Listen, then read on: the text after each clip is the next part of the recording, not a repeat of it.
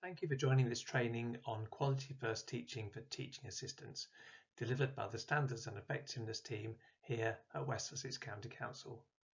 This training is intended for teaching assistants, learning support assistants, or any other adult who is working to support a teacher with children's learning or delivering learning themselves.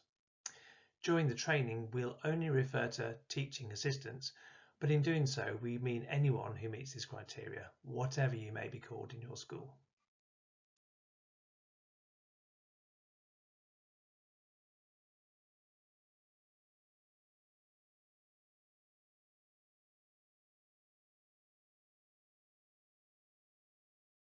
There's quite a lot of information in this presentation, and some of it may be new to you, so it may be helpful as we go to write down new learning, any questions that you may need to ask once the training is finished, and any actions you need to take to ensure this training has an impact on the young people you work with. So if you need to, please pause the video to grab something to write with or on. So let's have a look at what the aims are for this session, which is the first of two training sessions for teaching assistants. Firstly, we want you to understand what we mean by quality first teaching, a phrase which is used frequently in schools now, but which can mean different things to different people. We also want you to understand why quality first teaching is so important to improve the outcomes for children. By outcomes, we don't just mean whether they achieve the expected standard in reading and writing at Key Stage 2, or what their GCSE grades are at the end of Key Stage 4. We also mean how much they learn every lesson and whether they even attend lessons in the first place. All these are important outcomes that improve the life chances of children. Next, we want you to know what the building blocks are that form the foundation of quality first teaching.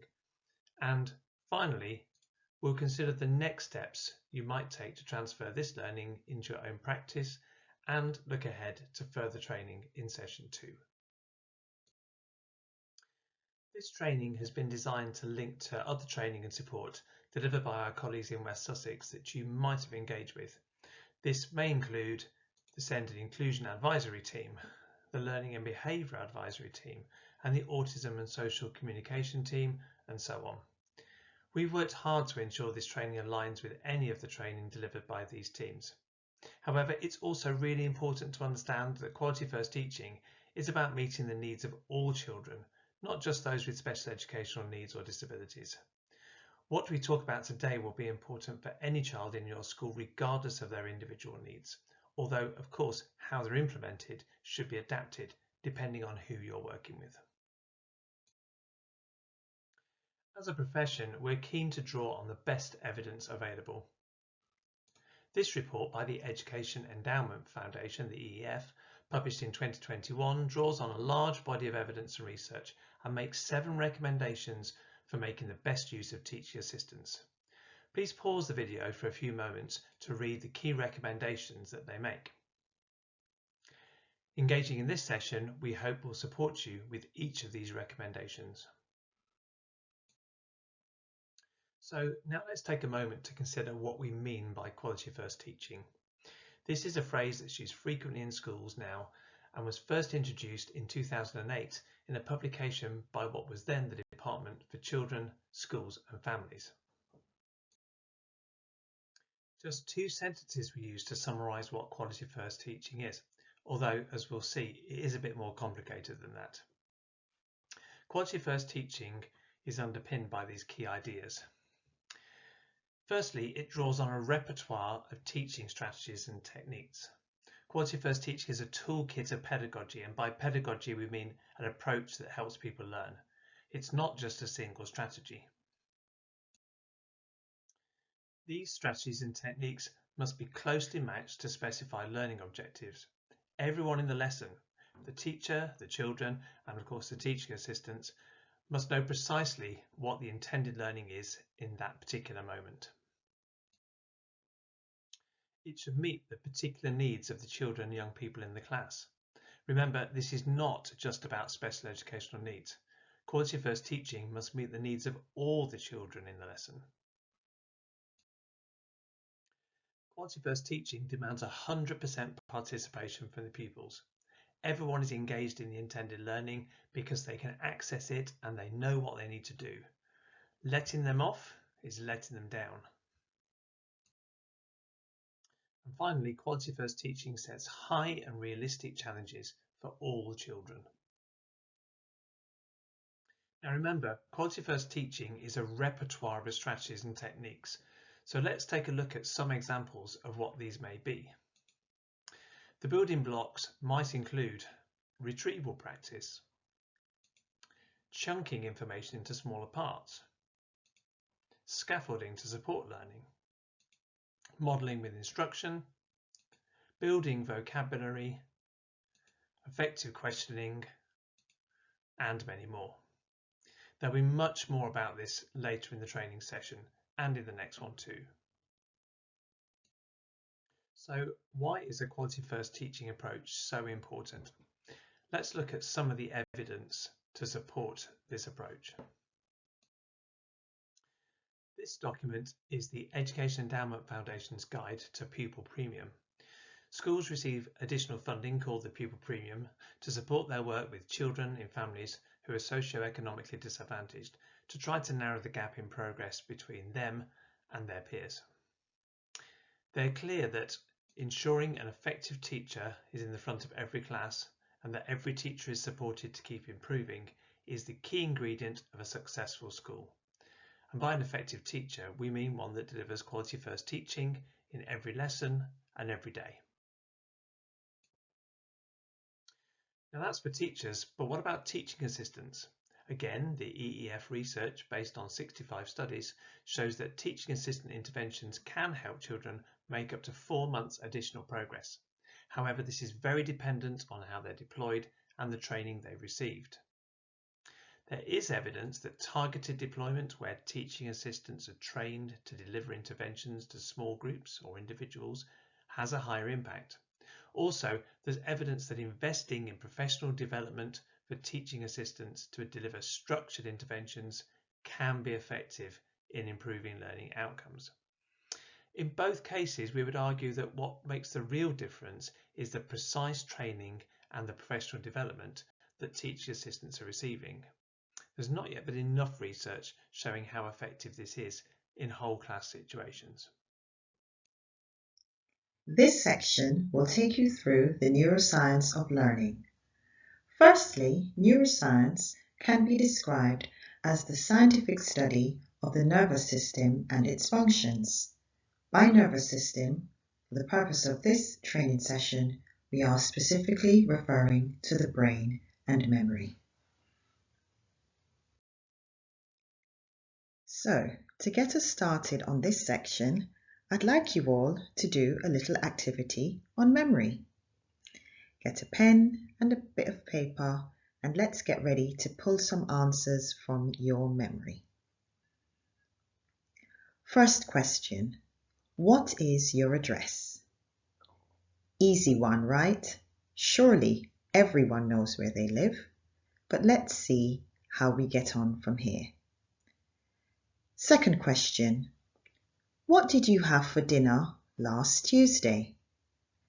Now, if you routinely have the same thing for dinner on a Tuesday without fail, then this will be very easy for you to answer.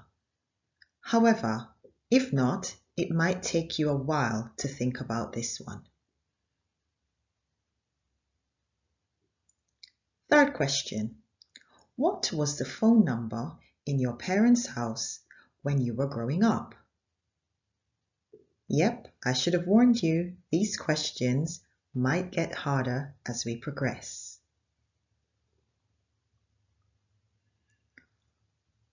Fourth question, what is the 16-digit number on your debit card?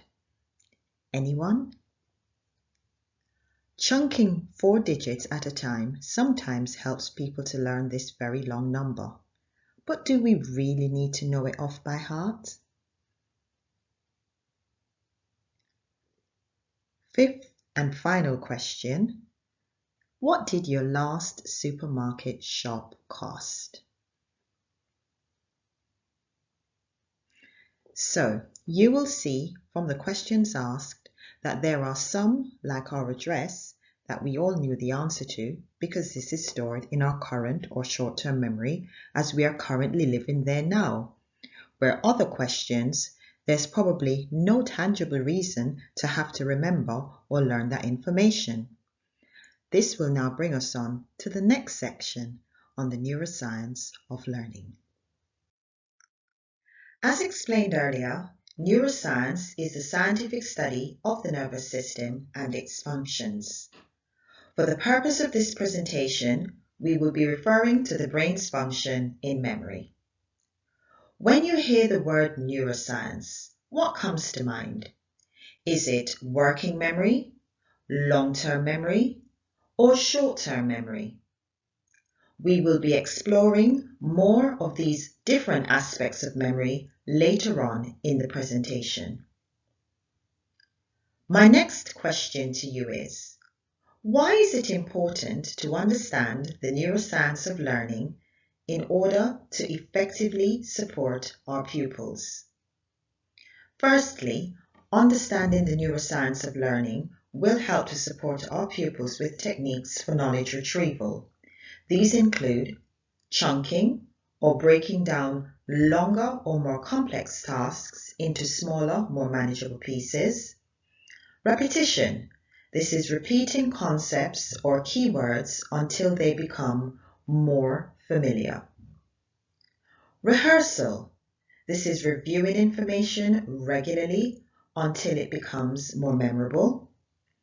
We can also use concrete examples such as visual aids or manipulatives or stimuli, which will help with consolidating knowledge and practice. Organization or association.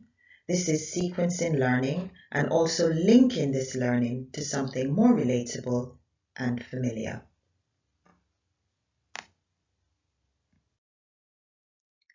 Now that we have covered the definition of neuroscience, let's now look at how we learn. What do we know about how we learn? Items need to be relevant to us. They also need to be meaningful. For example, your home address. Items need to be connected or linked, and that will help us to remember more. Repetition, doing the same thing over and over again, can help it to stick. Chunking, breaking complex tasks down into smaller ones, or not dissimilar to the 16-digit card number, learning each one in fours. Clarity, when items are clear or the task is clear, the instructions are simple, it does sometimes help with how we learn. There are a few other things that we can look at about how we learn. Recapping, retrieval, sometimes at the start of a lesson, in the middle of the lesson, or towards the end of the lesson about what we have covered. Smaller component knowledge, so breaking down a massive topic into smaller areas that are a lot more digestible.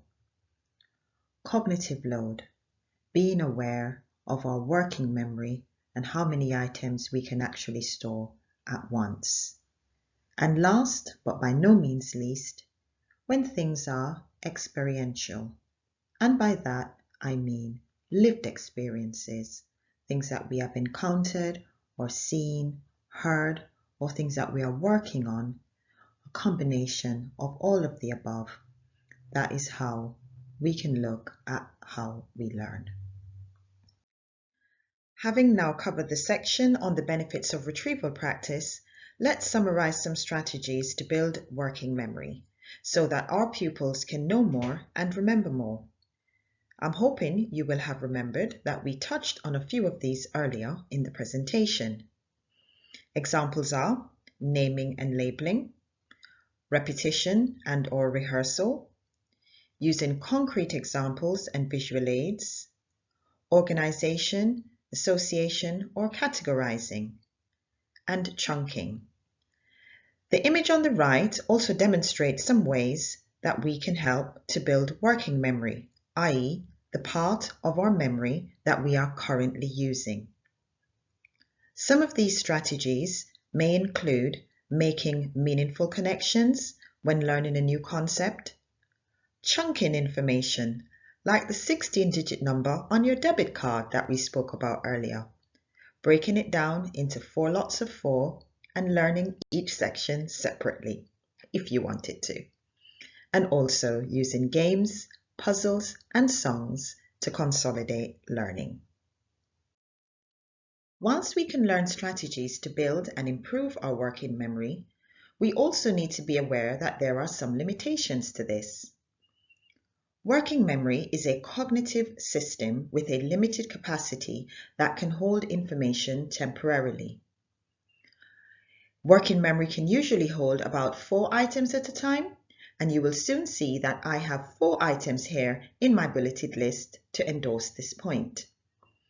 Working memory is fragile in storage, and we will learn more about this in the next slide about the forgetting curve. Anxiety, worry, or distractions can hinder or inhibit working memory performance. Cognitive load causes performance error. In other words, too many instructions, too many complex tasks can affect how our working memory performs. The image on the right shows that even though working memory is fragile and limited, once the information is learned, it is encoded or fixed, and then it is passed to long-term memory where it is stored and retrieved when needed. The forgetting curve. Did you know that we forget things that we've learned recently very quickly? The forgetting curve on the screen shows the percentage of memory retention in comparison to the number of days that we remember things that we just learned. The forgetting curve was a term coined by Ebbinghaus in the 1880s. Ebbinghaus was a German psychologist who pioneered the experimental study of memory. The curve here shows how information is lost over time when there is no attempt to retain it. Not to worry, all hope is not lost, as there are a few ways that we can combat the negative implications of the forgetting curve. With everything we've just learnt about the forgetting curve, how can we ensure that our pupils are remembering more? One method is rehearsal. Rehearsal first and retrieval later. The second method is spaced learning. Advocates of spaced learning believe that this is the key to creating meaningful, long-lasting knowledge. Spaced learning is an approach designed to improve retention of information by getting the brain to return to, review, and consolidate information over extended periods of time. This means that the teaching of a new skill or concept happens at intervals, spaced apart to encourage children to recall what they've learned and also to commit it to long-term memory. Overlearning. To overlearn is to learn or practice something beyond the point of initial mastery. Expertise of a particular subject is the stage at which our pupils gain such a high level of mastery that engaging in that skill or completing that particular task becomes effortless. Now that we have covered the forgetting curve, let's now look at some of the proposed benefits of retrieval practice. Retrieval practice identifies gaps in knowledge. It helps us to make connections. And once those connections are made, we can then check with our pupils for any misunderstandings or misconceptions. Once that is done, our connections become even stronger. And once those connections have been made and they are robust, they can then be tested under pressure and stress. And by that, we mean assessments, either statutory assessments or teacher assessments. It then makes it easier to learn new things as these benefits of retrieval practice have been tried and tested. On the next few slides, you will see some approaches that summarize the building blocks of Quality First teaching. You may have already accessed some of these in your own school and might already be familiar with some of these concepts.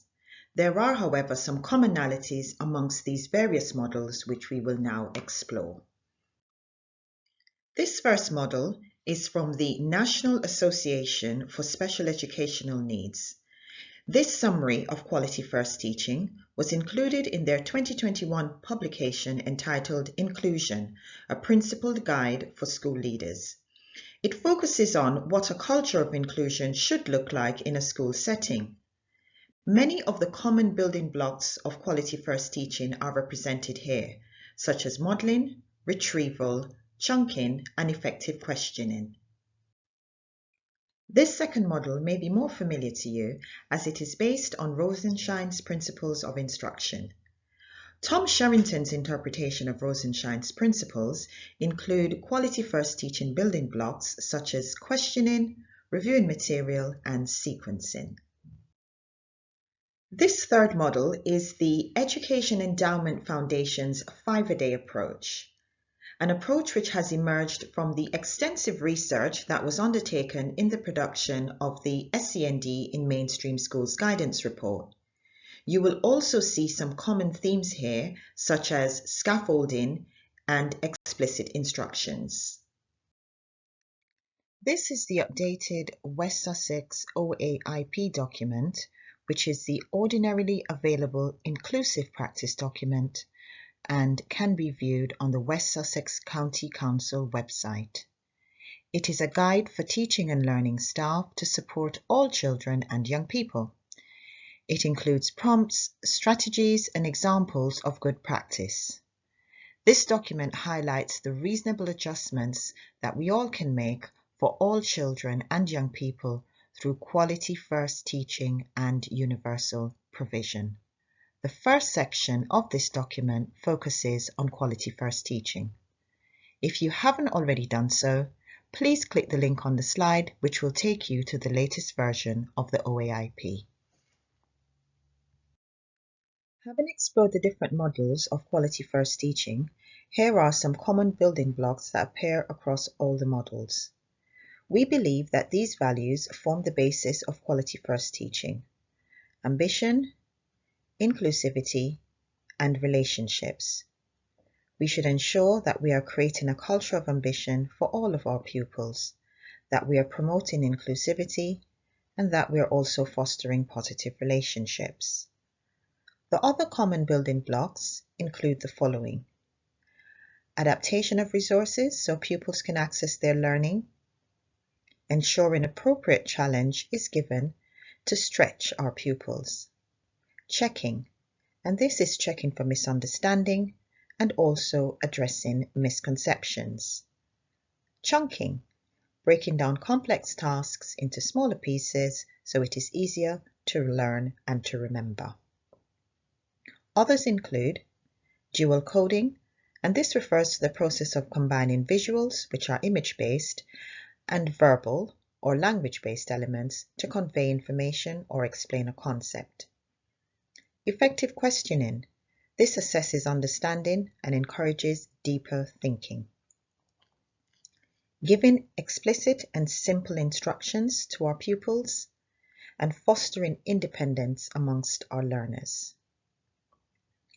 The use of manipulatives also help to build a strong foundation for more complex tasks and also to engage pupils with their learning. Modeling. This is used to demonstrate how a task should be completed, ensuring that we have clear aims and objectives for the lesson that will enable our pupils to achieve. Pre-teaching. This helps to prepare our pupils for the next steps of their learning. Retrieval practice, reviewing material that has been learnt recently.